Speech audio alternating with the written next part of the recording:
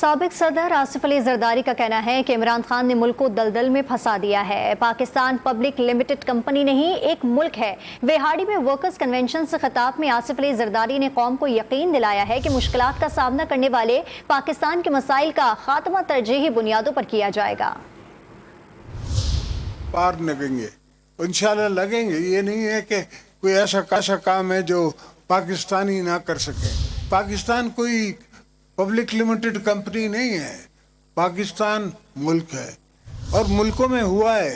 एक ज़माने में इंडिया के पास सिर्फ 1 बिलियन रिजर्व्स थे, उनको अपना सोना बेचना पड़ा। ऐसे बेवकूफ़ को हमने प्राइम मिनिस्टर बनवा दिया लोगों ने कि उसने सोचा ही नहीं।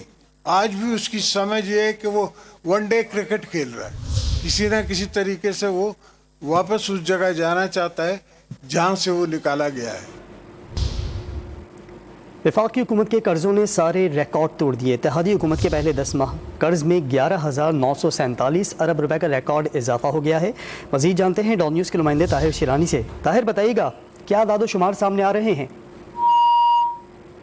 वफाकी हुकूमत के अखराजात हैं वो ज़्यादा हैं और आमदनी कम है, इसलिए वफाकी हुकूमत को